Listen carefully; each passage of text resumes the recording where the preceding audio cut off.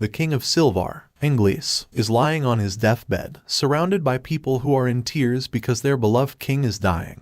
The king tells them not to be sad, as it is his time and fate to die. Suddenly, a bright light appears beside him and a beautiful woman who seems to be a goddess appears next to him. He calls her by her name, Divine Alastia. He is pleased he gets to see her before his last breath. She is also relieved that she gets to see him too. Alastia commends him for his achievement during his lifetime, and praises him as the hero king who served his people selflessly, and she is glad that she chose him to be her divine knight. Inglis acknowledges that he couldn't have achieved all of that without her blessing. He slayed many evil gods and monsters during his reign, and he became known as the hero king.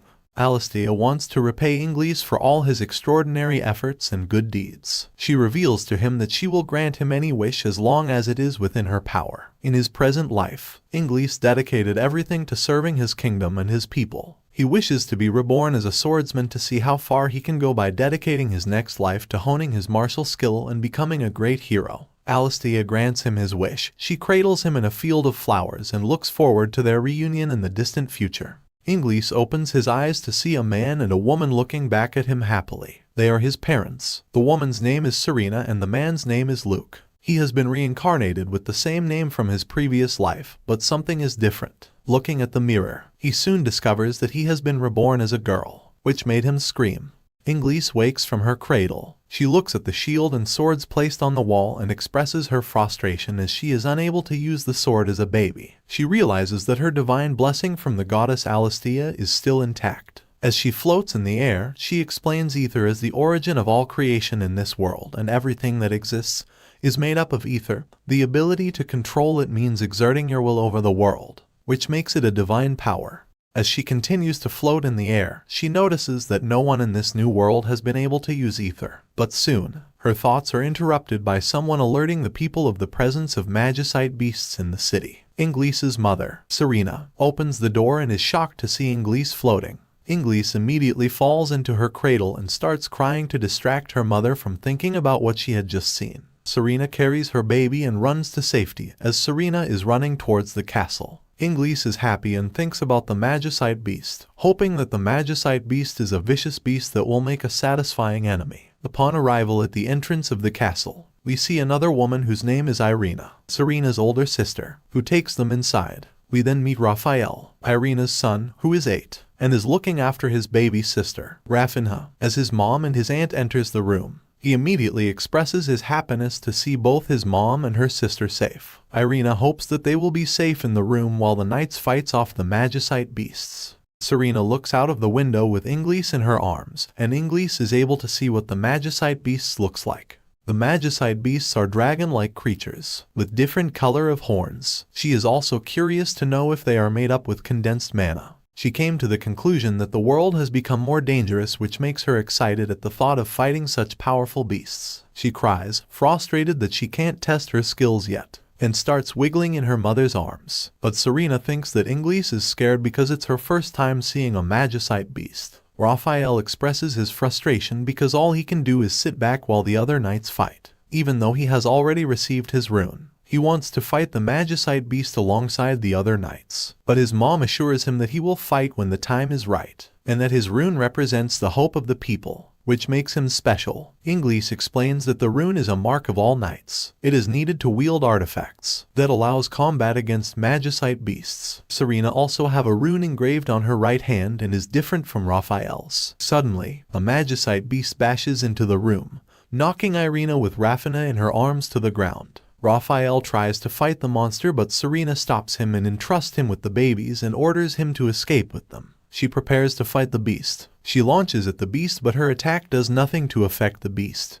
But Raphael does not want to run from a fight, so he built a wall of chairs around the babies and rushes to fight alongside his aunt. Inglis praises his conviction and eagerness to fight, which will sharpen him into becoming a great hero in the future. Raphael starts attacking the magicite beast, but his weapon isn't strong enough to do anything to the beast. The beast then unleashes just one attack with his tail, knocking both Serena and Raphael to the ground unconscious. As the beast approaches the unconscious two to finish them off, Inglis crawls towards the monster and confronts it. She starts charging up her ether. Inglise admires Raphael's bravery and won't let him die in a place like this. She then launches a big ray of concentrated ether at the beast, thereby disintegrating the magicite beast. The blast causes a huge hole in the wall. She rejoices at what she had done. However, Raphael is still conscious and witnessed all that had happened. Thankfully, he passes out and Inglise is relieved, hoping that when Raphael wakes up he will think that what he saw was a dream. Inglise also falls unconscious because she is just a baby and used too much mana for such a small body. 5 years later, Inglise is all grown up. She admires her beauty in the mirror and knows that she will grow up to be a beautiful lady. But she gets interrupted by Irina and her mother,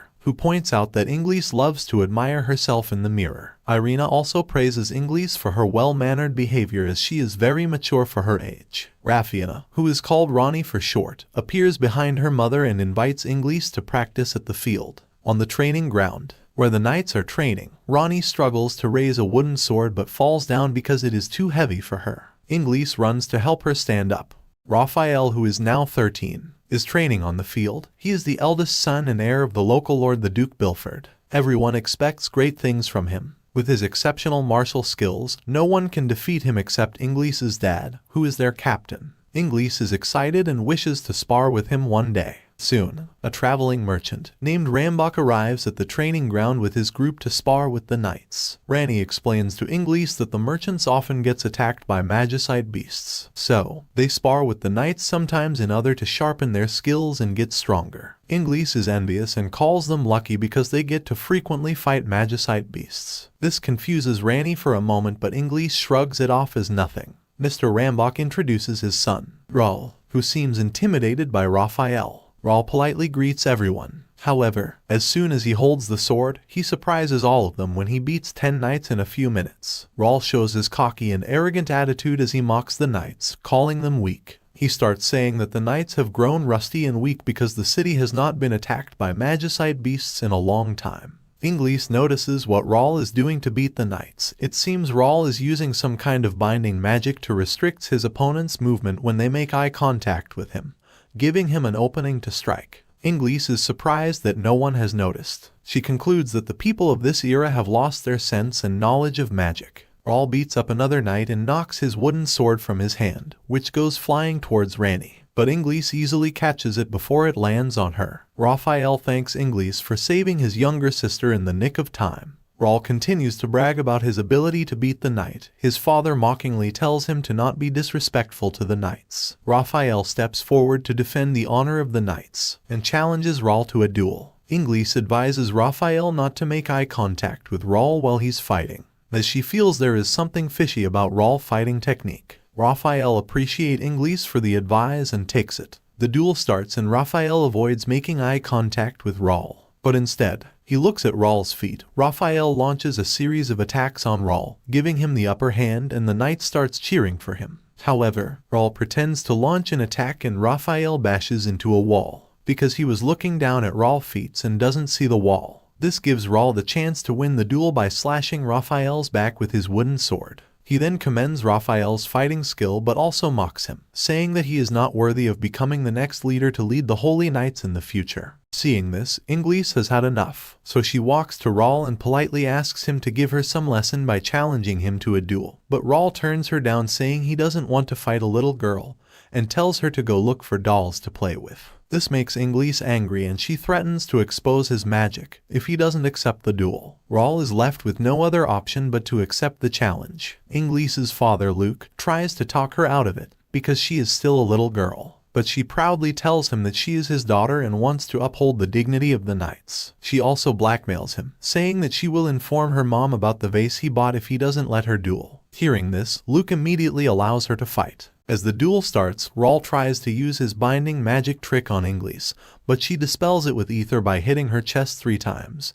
She could use ether while fighting, but that will be no fun for her, so she decides to fight without it. As soon as she takes a swordsmanship stance, Raul furiously attacks her, but she easily deflects all of his attacks with her eyes closed. Everyone is shocked at her mastery of the sword. Her father proudly calls her a child prodigy. She keeps on deflecting every one of Raul's attacks.